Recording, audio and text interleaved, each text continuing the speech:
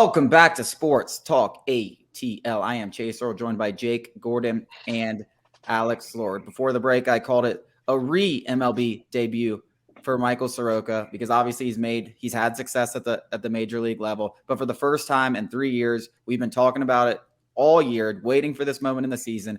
We kind of made a joke last week about how it was probably going to be in Oakland because it makes some sense. It relieves some pressure and stuff. That is where they decided to bring him back out for his first major league start.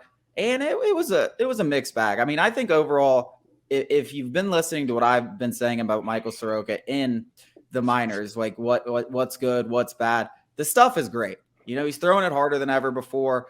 He's got a little control issues with that sinker, but the changeup and curveball look even sharper than they were. He's changed up his mechanics, and I definitely think you see the results in that. Occasionally, he just kind of loses control, which is strange because before all the injuries, control, like this guy wouldn't walk anybody. Like control, he could just dot everything. That's why we gave him the nickname the Maple Maddox, because he just knew how to pinpoint accuracy and how to get guys out in big situations. We saw it at time against Oakland, but then he had one rough little inning there, and it got out of hand fast. It was like hit by pitch, first pitch hit, 3-run homer, and all of a sudden, it's 4-1, and you're losing the 11-win Athletics, which every time I look at their record, I laugh. I mean, how the hell did you only have 11 wins? How the hell are you 11-45? I mean, that should be criminal. Those guys are held hostage. I saw a tweet saying you feel bad for them. They do something good. It's like cheering for the whales at SeaWorld because you're clapping, but you're also like, dude, these guys are being held in captivity. I was like, that's some good stuff. I mean, the Braves end up losing the game. People are freaking out. But listen, the big story to me is Michael Soroka's back. He looked pretty good, looked good enough to go back out there every 5 days. There's some stuff to build for, and that's the biggest win of the day. The Braves losing to the Athletics when they played a Sunday night baseball game and had to travel across the country, land at 6 a.m., and then get up and play a 5 o'clock local time game is not that. I know there's a reason why that's the most profitable betting strategy in the MLB is those late night games, traveling on the road to have a road game. It's the most profitable betting strategy in the MLB. So I saw a lot of people picking the Athletics that are like sharps and gamblers. And it really didn't shock me that the Braves lost, especially in Soroka's first start, that they came out flat. But let's focus on Soroka. What do you like? What do you not like? How are you feeling about him moving forward? Is he going to stay in the rotation long term? Is that the plan? Yeah, I mean, clearly the best part. Real quick, Alex, I'll get out of the way real quick. Clearly the best part was the third inning. Got out of trouble. I think it was 1 out, bases loaded. Gets a double play ball. Beautiful stuff. That was really good to see. Didn't strike out a ton of guys. Obviously, 1 or 2 bad pitches, but other than that, thought he pitched great. One thing that I saw that I just thought was hilarious, that the Braves went from the pitch clock signal to or from the comms to the signals because it was so quiet in Oakland that the batters could hear the comms. That's hilarious. I mean, they need to move this team out of Oakland. Regardless of that, Soroka's changeup looked so nasty. That was his best pitch to me. I mean, it looked so nasty. He got so many. I think most of his strikeouts were on the changeup. I was super encouraged. Anybody who thought he was going to go out there and, have 9 punchies, 7 scoreless innings are just fooling themselves. It was always going to be a work in progress. This guy hasn't stepped on a major league mound in 3 years.